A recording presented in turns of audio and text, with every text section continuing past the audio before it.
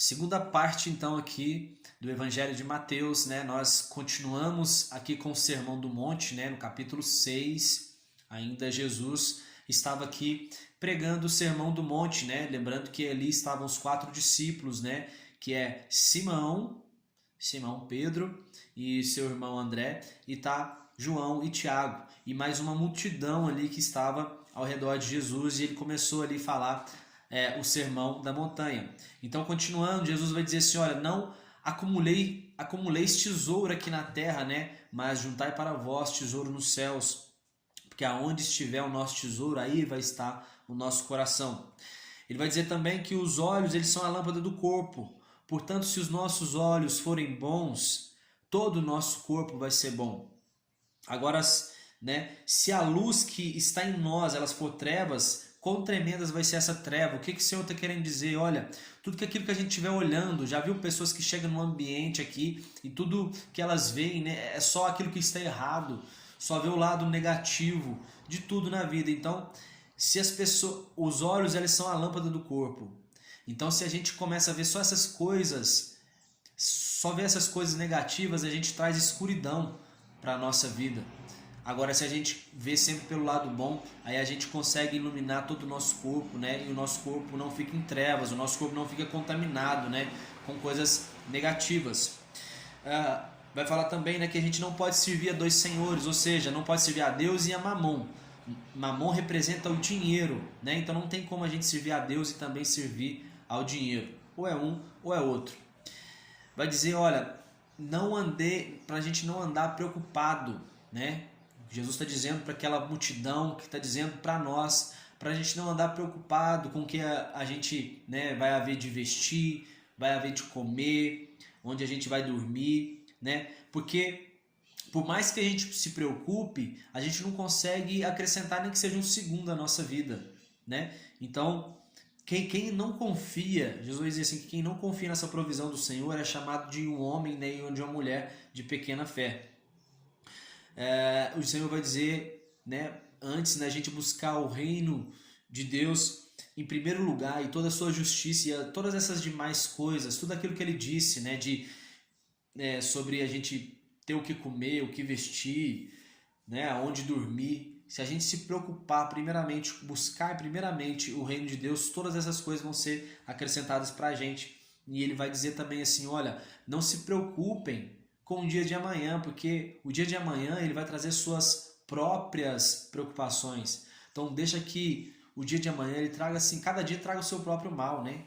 Vai alertar o povo e a nós para que a gente se preocupe com o dia de hoje. O dia de amanhã é outro dia. Não julgueis para que não sejais julgados, porque com a medida que a gente usar para poder medir outras pessoas, eles também vão usar para poder medir a gente, né? Não repare no cisco que está no olho do seu irmão e deixe de olhar, né? Não deixe de olhar para a trave que está no seu olho, que tem gente que está olhando, né, para um cisco, uma coisa pequena na vida de um irmão, mas tem coisas muito mais grandes na vida dela e a pessoa não está vendo. É isso que Jesus quer dizer.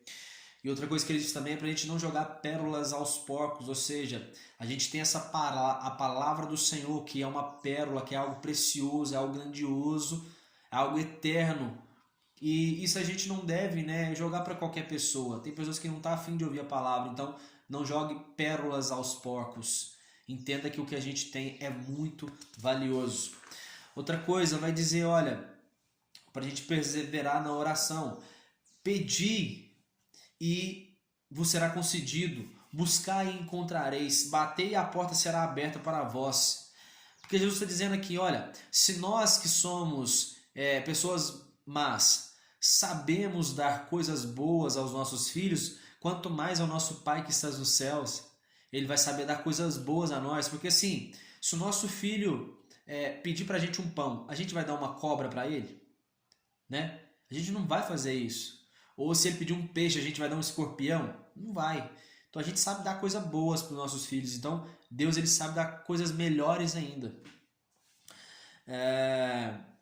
Portanto, tudo o que você quer que as pessoas façam a você, faça você primeiro. Porque isso depende de toda a lei e todos os profetas. Então esse também aqui é um grande ensinamento que Jesus deixa. Tudo que você quiser que as pessoas façam a você, faça você primeiro a elas. Entrai pela porta estreita, pois larga é a porta que leva para a perdição. Acautelai-vos dos falsos profetas. Pelos frutos você vai conhecer se aquele profeta ele é falso ou ele é verdadeiro. Nem todo aquele, olha o que vai me dizer, olha o que Jesus vai me dizer, vai dizer para nós. Nem todo aquele que me diz Senhor, Senhor, ele vai entrar no reino dos céus. Então, mas somente aquele que faz a vontade do nosso Pai que está nos céus. Porque muitos vão chegar no dia do juízo e vão dizer assim, Senhor, mas no teu nome a gente profetizou, a gente expulsou demônio, a gente curou enfermo, sabe, a gente ressuscitou mortos. Mas Jesus vai dizer assim, olha, eu nunca vos conheci. Não é que conheceu por algum tempo, eu nunca conheci vocês. Então, por isso, né, a gente tem que sondar a nossa vida. O que a gente faz, né, na Santa Ceia? Analise o homem se a si mesmo. Então a gente tem que fazer essa análise, não na Santa Ceia, todo dia. Analisar a nós mesmos, né, para que a gente não venha correr o risco, né, de fazer grandes coisas. Talvez estamos fazendo grandes coisas, a gente não está fazendo nada. Às vezes a gente não faz nada e nem reflete, né, nas atitudes que a gente está tendo. Todo aquele que ouve a palavra e a pratica é como alguém que construiu uma casa na rocha. Porque ele compara assim que aquele que constrói a casa na rocha vai vir as chuvas, vai vir as enchentes e a casa não vai ser derrubada.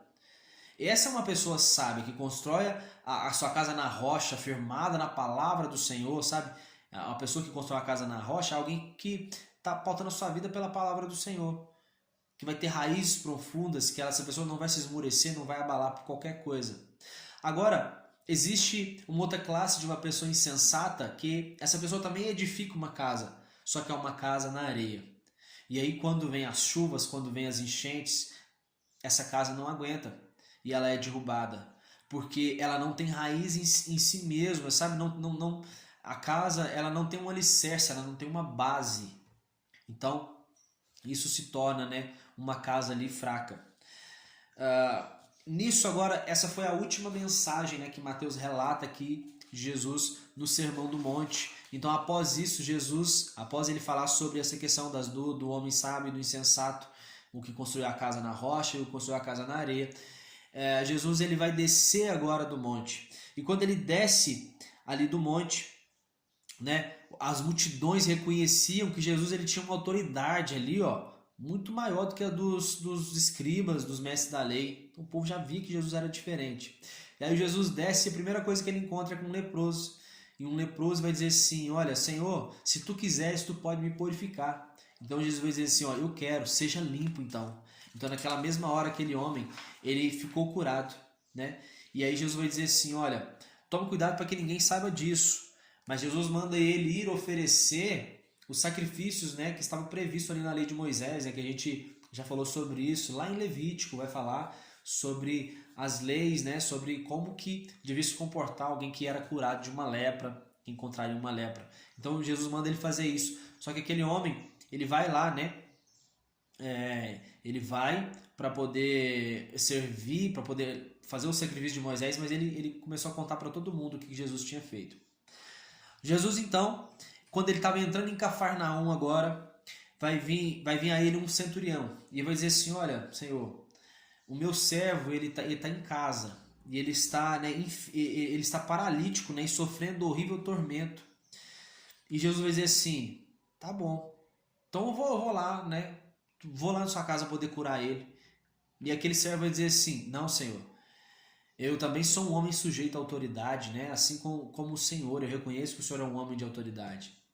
Diga só uma palavra, libera só uma palavra e o meu servo vai ser curado. Então Jesus, naquele momento, ele começa a dizer para as multidões, olha gente, grande é a fé desse homem. Eu nunca vi fé tamanha, nem mesmo em Jerusalém.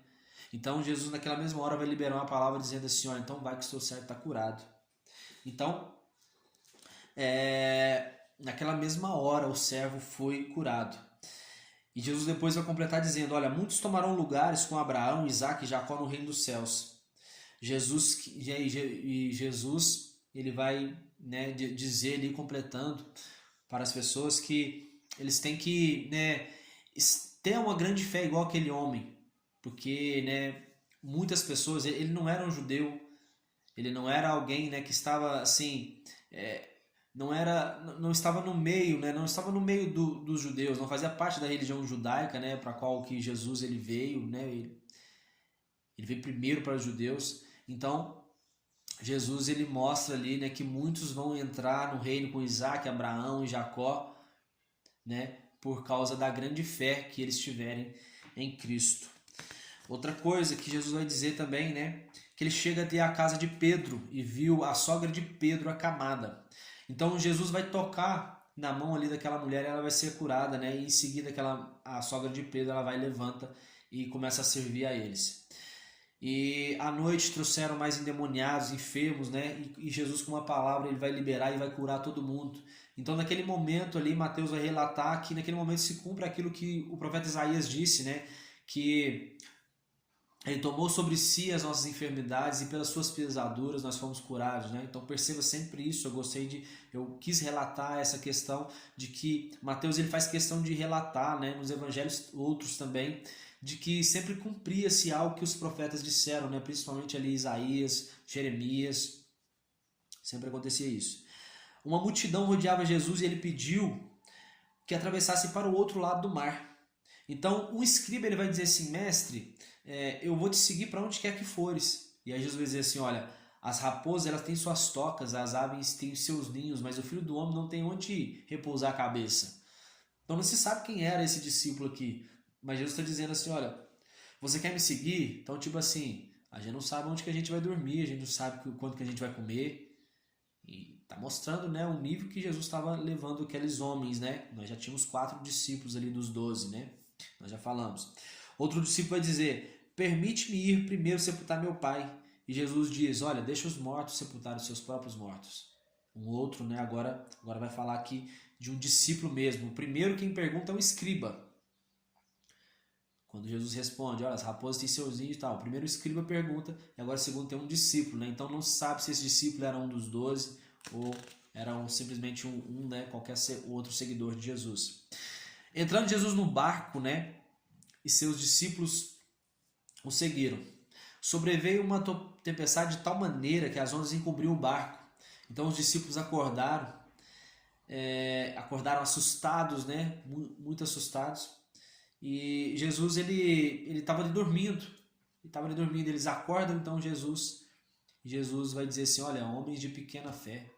E aí Jesus ele vai repreende ali o vento e o mar ele se acalma. Então todos ali os discípulos ficaram maravilhados. Jesus então chegando agora na província dos Gadarenos, né, saíram 2 endemoniados. Somente Mateus, né, que vê aqui 2 endemoniados. E ele vai dizer assim, ó, aqui temos nós contigo, Jesus de Nazaré. E aí eles vão clamar a Jesus para eles entrarem. Eles avistam uma manada de porcos numa fazenda distante e eles clamam para entrar naqueles porcos.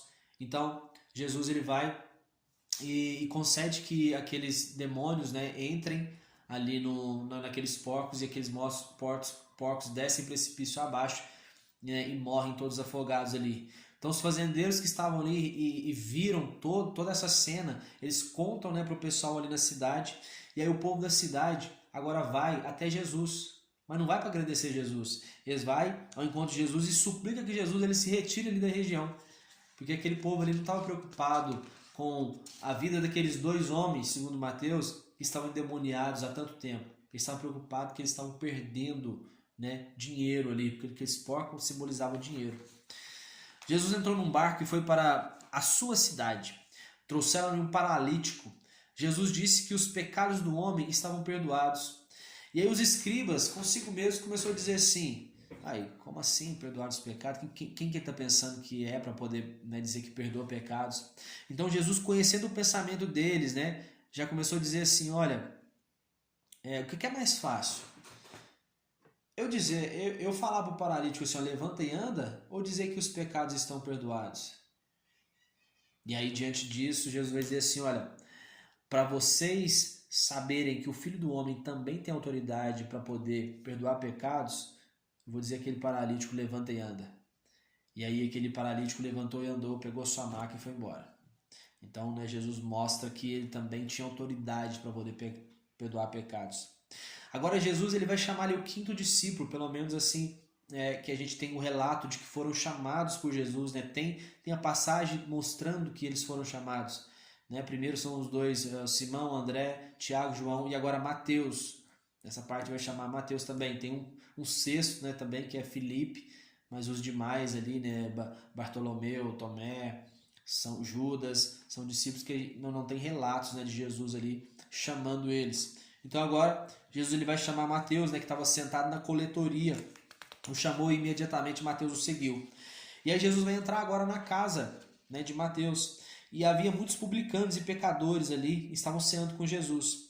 Então os fariseus eles questionaram os discípulos de Jesus por que eles comiam com pecadores. E Jesus disse que os sãos eles não necessitam de médicos, mas sim os doentes. E o Senhor vai dizer assim, olha, eu vim para resgatar os justos, não para resgatar os justos, e sim os pecadores. Perguntaram aos discípulos de João, por que jejuamos nós e os fariseus muitas vezes e os teus discípulos não jejuam? Os amigos, e Jesus vai responder, os amigos do noivo não ficam de luto enquanto o noivo ainda está com eles. Quando o noivo lhes for tirado, aí eles vão jejuar. Então, né, aqui nós temos aqui os discípulos de João perguntando, né, sobre a questão de jejum. Por que os discípulos de Jesus eles não jejuam? Então, o Senhor vai dizer que vai chegar um tempo que eles vão jejuar. Então, tipo assim, vai chegar um tempo que eles vão ter esse entendimento. Agora, não adianta, né, não adianta querer falar isso para eles. E aí ele vai completar dizendo assim, olha, não adianta a gente colocar remendo novo, né, em roupa velha. Porque o remendo novo ele vai forçar a roupa velha e ela vai rasgar. E da mesma forma não se coloca vinho novo em odres velhos, ou seja, não adianta eu querer colocar ensino novo numa pessoa com pensamentos velhos. Não entra. Então é isso que Jesus está querendo dizer. Olha, esse pensamento que eu estou querendo dar para vocês é muito novo, então não tem como colocar isso para vocês agora. Sabe? Vai chegar um tempo, né, que eu vou dar esse ensinamento para os meus discípulos, eles vão saber disso e aí eles vão começar a jejuar.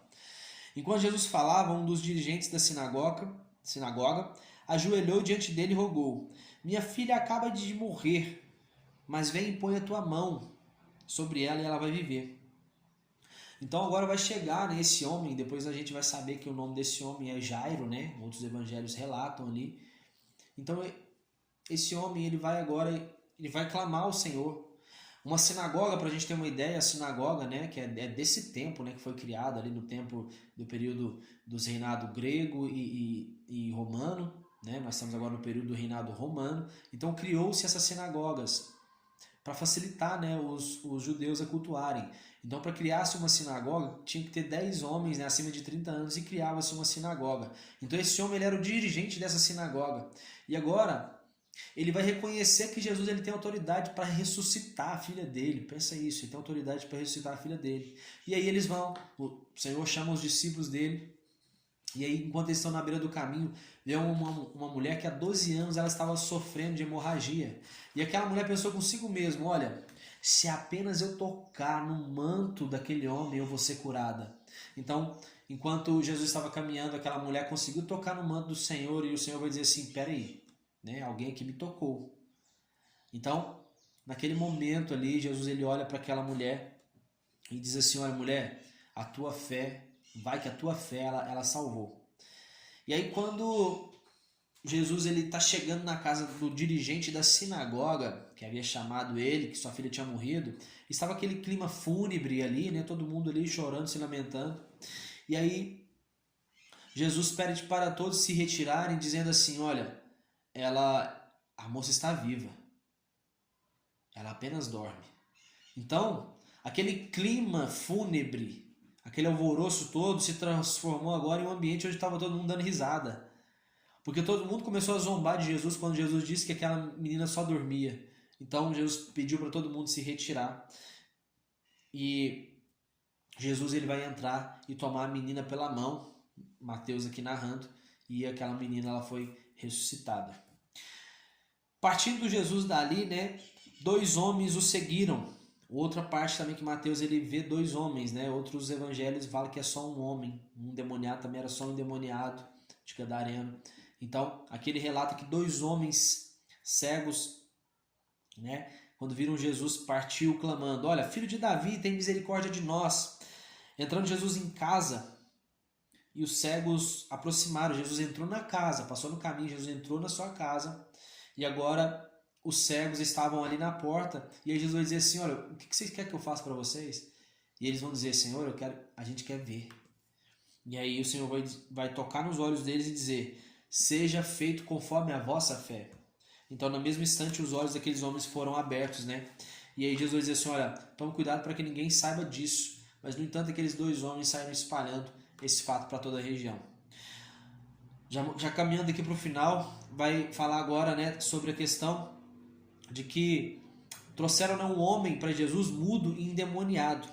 E Jesus expulsa o demônio e aquele homem começou a falar. Então, um demônio que estava não manifestando, né, dessa forma que a gente conhece, com as mãos para trás, falando numa voz diferente, mas um demônio que tinha colocado a pessoa muda.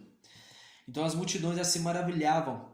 E os fariseus eles diziam assim: olha, com inveja, né? Ah, Jesus está expulsando aí esses demônios porque ele é o príncipe dos demônios, ele é o Beelzebu. Olha só que estava chamando Jesus.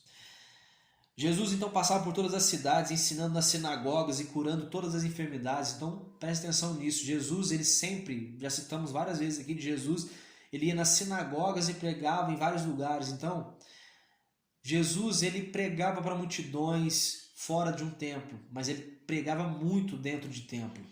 O templo, né, que a gente conhece hoje, uma igreja, eram as sinagogas da época. Então, Jesus ele ensinava muito nas sinagogas, mas muito mesmo. Da mesma forma, né? Jesus era Jesus dentro da sinagoga e fora da sinagoga, assim como a gente tem que ser cristão dentro da igreja e fora da igreja.